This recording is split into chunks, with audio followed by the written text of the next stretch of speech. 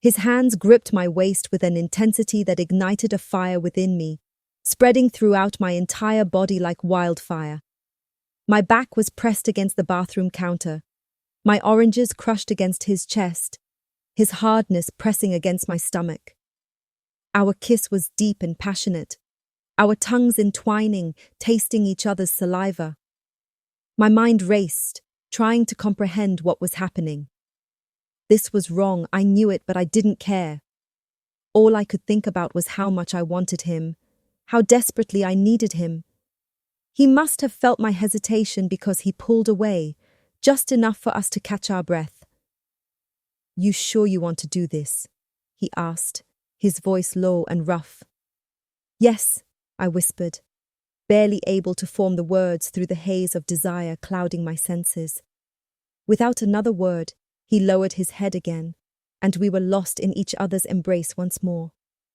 His hands roamed over every inch of my body, leaving a trail of fire behind them.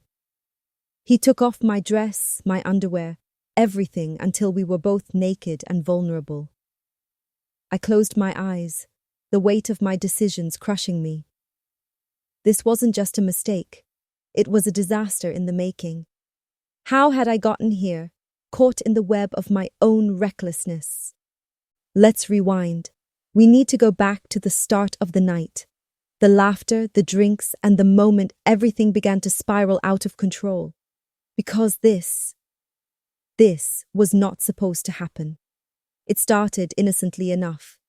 A night of celebration, laughter, and indulgence. My bridesmaids had spared no expense in throwing me the kind of bridal shower most women dream about. The house was packed with balloons, glitter, and a group of tipsy, giggling women who were there to celebrate me. Emily Walsh, soon to be Mrs. Matthew Carter. Matt was everything a woman could want in a husband. Kind, dependable, successful. But as I sat there in my white sash that read bride-to-be and fake tiara perched on my head, I couldn't shake the nagging thought. Was this it? Was this my last hurrah before committing to a lifetime of routine? The drinks kept coming. Champagne, cocktails, something pink with a sparkler in it that I downed in one gulp. I laughed harder, danced a little closer to strangers, and found myself loosening in ways I hadn't in years. And then he appeared. Ryan was a friend of a friend, a last-minute addition to the guest list. He wasn't supposed to be there. In a sea of women and a few harmless guys the bridesmaids had invited for entertainment, he stood out like a jagged rock in calm waters. Tall, broad-shouldered, and exuding an effortless confidence, Ryan had a way of commanding attention without even trying. He introduced himself with a smirk, and his handshake lingered just a second too long. I laughed nervously, brushing it off. But as the night went on, I kept catching his gaze from across the room. Those piercing eyes seemed to strip away the layers of pretense I had so carefully built around myself. "What are you drinking?" he asked later, sliding up to me at the makeshift bar. "Whatever they're pouring," I replied, trying to sound casual, though my pulse quickened as he leaned closer. "You look like you could use something stronger," he said, handing me a glass of whiskey. I took a sip, the burn warming my chest, and smiled despite myself. "You're trouble, aren't you?" He tilted his head, studying me like I was the most interesting thing in the room. "Maybe, but I think you like trouble." I should have walked away. I should have laughed it off and returned to my friends. But something in his voice, in the way he looked at me, made me linger. As the hours slipped by, I found myself drawn to him. He wasn't like Matt. Where Matt was predictable and safe, Ryan was wild and untamed. He made me feel alive, reckless, free. When the party started winding down and the guests began to leave, I found myself alone with him in the dimly lit living room. The music had softened to a slow beat, and the world outside felt a million miles away. "Emily," he said, his voice low, "you don't have to play it safe all the time." I blinked, his words cutting through me like a knife. Did he see through me that easily? You're about to marry a great guy, he continued, stepping closer. But that doesn't mean you can't have one last adventure. My breath hitched as he reached out, brushing a strand of hair from my face. My head screamed at me to stop, to leave, to run. But my body betrayed me, leaning into his touch, craving more. It wasn't long before we found ourselves stumbling toward the bathroom, the rush of adrenaline and lust drowning out the voice of reason. And that's how I ended up where I was now, on the brink of a decision that would change everything. But to understand why I let it happen, you have to know what came before. The doubts, the cravings, the emptiness I didn't even realize I was trying to fill. Because this wasn't just about Ryan, it was about me. I should have stopped.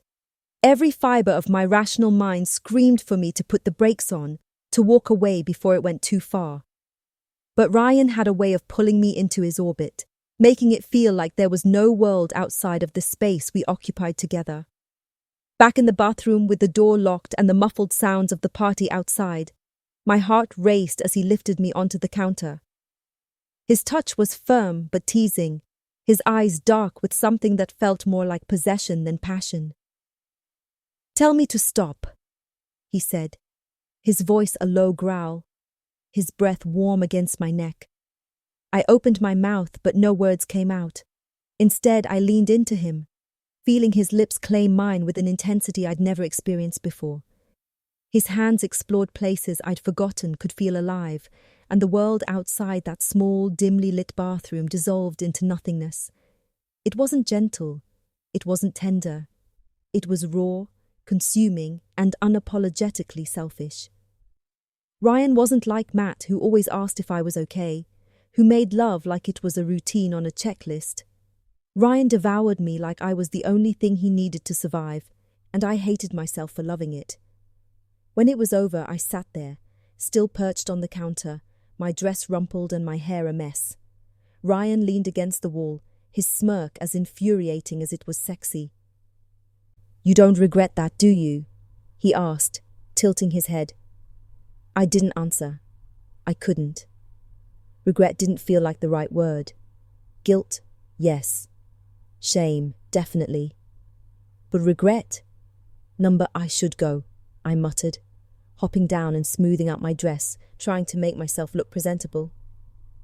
He caught my wrist before I could reach the door.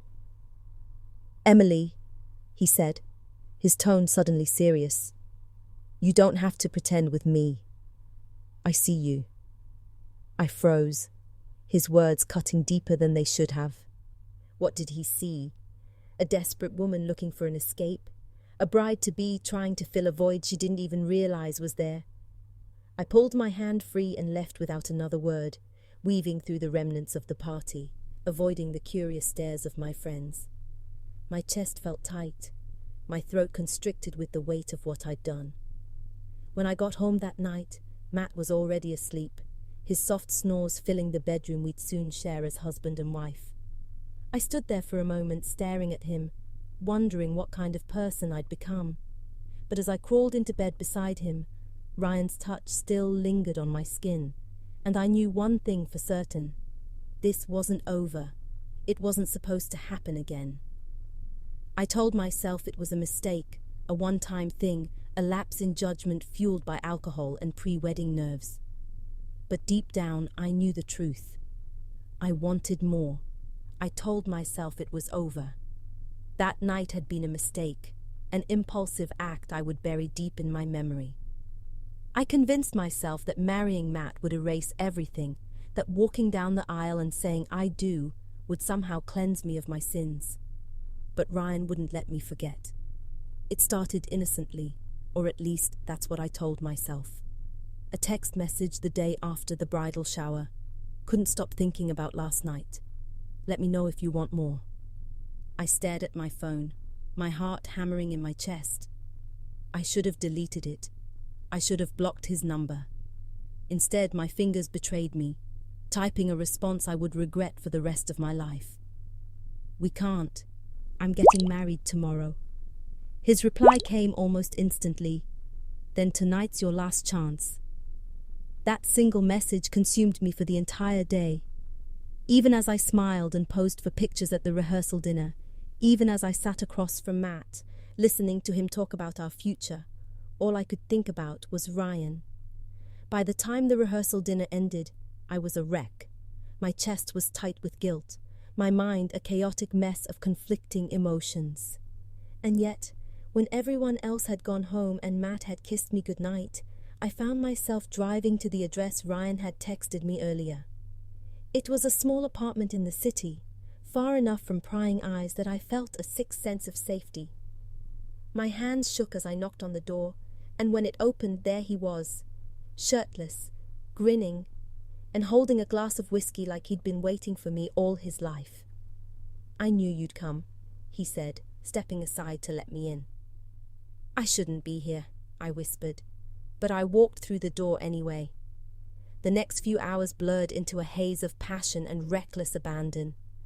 Ryan didn't just touch me, he consumed me.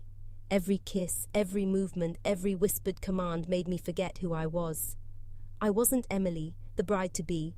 I wasn't Emily, Matt's loving fiancée. I was just a woman lost in the arms of a man who made me feel alive in a way I hadn't in years.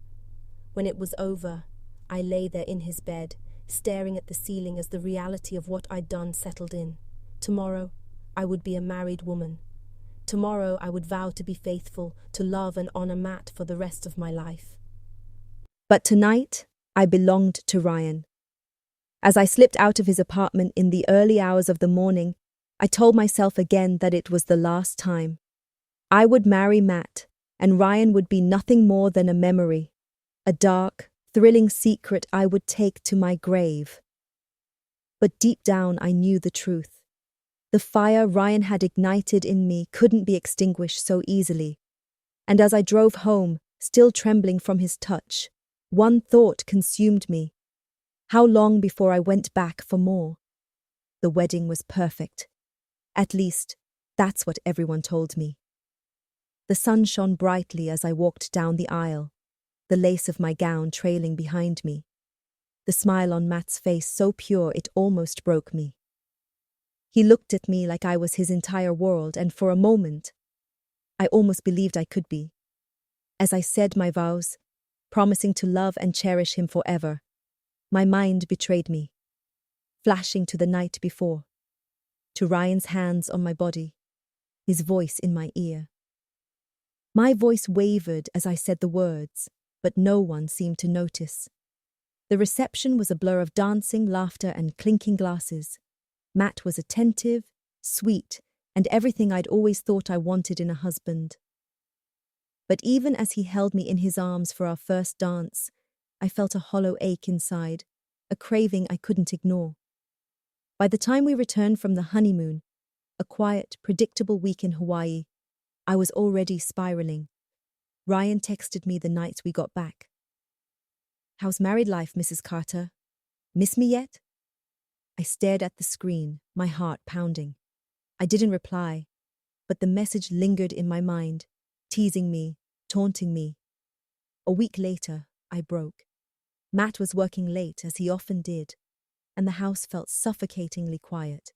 I poured myself a glass of wine, scrolling mindlessly through my phone, but my fingers betrayed me, pulling up Ryan's number. "What are you doing?" I typed, my pulse racing as I hit send. His reply was instant. "Waiting for you." I didn't even hesitate.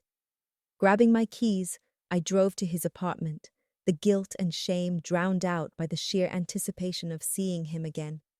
When he opened the door, he didn't say a word, just pulled me inside and kissed me like he'd been starving for me. That night was even wilder than the first. It was as if the barriers I'd tried to build around myself had shattered completely. Ryan pushed me to places I never thought I'd go, showing me a version of myself I didn't even recognize. After that night, it became a routine. I would go home to Matt, pretending to be the perfect wife, and then sneak away to Ryan whenever I could. The thrill of it all, the secrecy, the danger, was intoxicating. But it wasn't just the physical side of it. Ryan made me feel seen in a way Matt never did. With Ryan, I wasn't just a wife or a future mother or some cookie-cutter version of myself. I was wild, free, alive. The lies came easily at first. Matt was busy with work, and he trusted me completely, never questioning my late nights or sudden errands. But as the weeks turned into months, the cracks in my double life began to show. Matt noticed I was distracted, distant. "Is everything okay?" he asked one night as we lay in bed, his hand brushing against mine. I forced a smile. "Of course, just tired." But I wasn't tired. I was consumed. And Ryan wasn't making it any easier. He introduced me to things I'd only seen in movies: wild nights out, threesomes with strangers, fantasies I never thought I'd indulge. With him, there were no rules, no limits. Each time I swore it would be the last, but each time I found myself going back for more. It wasn't just about Ryan anymore. It was about the thrill, the escape, the freedom I couldn't find with Matt. And the deeper I sank into this double life, the harder it became to imagine ever leaving it behind. But I couldn't keep this up forever. I was walking a tightrope, and it was only a matter of time before I fell. And when I did, I knew it wouldn't just destroy me. It would destroy everyone around me. The weeks turned into months, and I perfected the art of living a double life. Matt remained oblivious, his trust in me unshaken. To him, I was the same loving wife he'd married. But behind closed doors, I was someone else entirely. A woman consumed by a desire she couldn't control. Ryan, on the other hand, only tightened his grip on me. He introduced me to a side of myself I never knew existed. With him, there were no boundaries, no rules.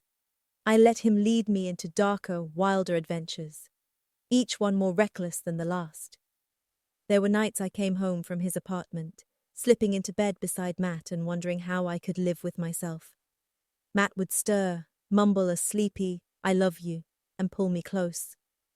Each time, my chest tightened with guilt, but it wasn't enough to make me stop. Ryan had become a drug, and I was an addict. I tried to quit. One evening, after yet another wild rendezvous with Ryan, I sat in my car, gripping the steering wheel as tears streamed down my face. "This has to end," I whispered to myself. "I can't keep doing this." The next day, I met Ryan at a quiet cafe and told him it was over. "I can't keep lying to Matt," I said, my voice trembling. "I love him. I need to fix my marriage." Ryan leaned back in his chair, studying me with an unreadable expression. "You think you can just walk away?" he said, his tone calm but dangerous. I nodded, trying to muster the strength to hold my ground. "Yes, I have to," he smirked, a knowing look in his eyes. "We'll see." I walked out of that cafe feeling lighter, as if I had taken the first step toward reclaiming my life. But the relief was short-lived. Ryan didn't let me go so easily. He called, he texted, he showed up unannounced, each encounter pulling me further back into his web. I fought to resist, but the pull was too strong. I kept going back, and each time I told myself it was the last. I stood at the bathroom sink, staring at my reflection. My eyes were sunken, my face pale. I barely recognized the woman staring back at me. She was a stranger, a liar, a cheater, a woman so far removed from the person she thought she was that it felt impossible to find her way back.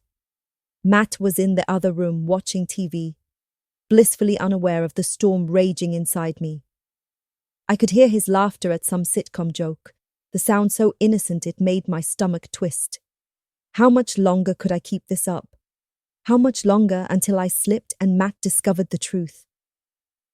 Ryan texted me that night. Same place, same time? I stared at the message, my heart pounding. My thumb hovered over the screen, torn between replying and deleting it. This was it. The crossroads. I could keep going, keep lying, keep losing myself in Ryan's dangerous embrace. Or I could stop, walk away, and try to rebuild my life with Matt. But as I stood there, frozen in indecision, I realized the truth. I wasn't ready to let go. I put my phone down without responding, turning to join Matt on the couch. But even as I sat beside him, my mind was elsewhere, pulled back to Ryan, to the fire he ignited in me, to the pieces of myself I had given away. The story doesn't end here, because the truth is, I'm still at that crossroads, still fighting to choose between the life I have and the life I crave, and I don't know which one I'll choose.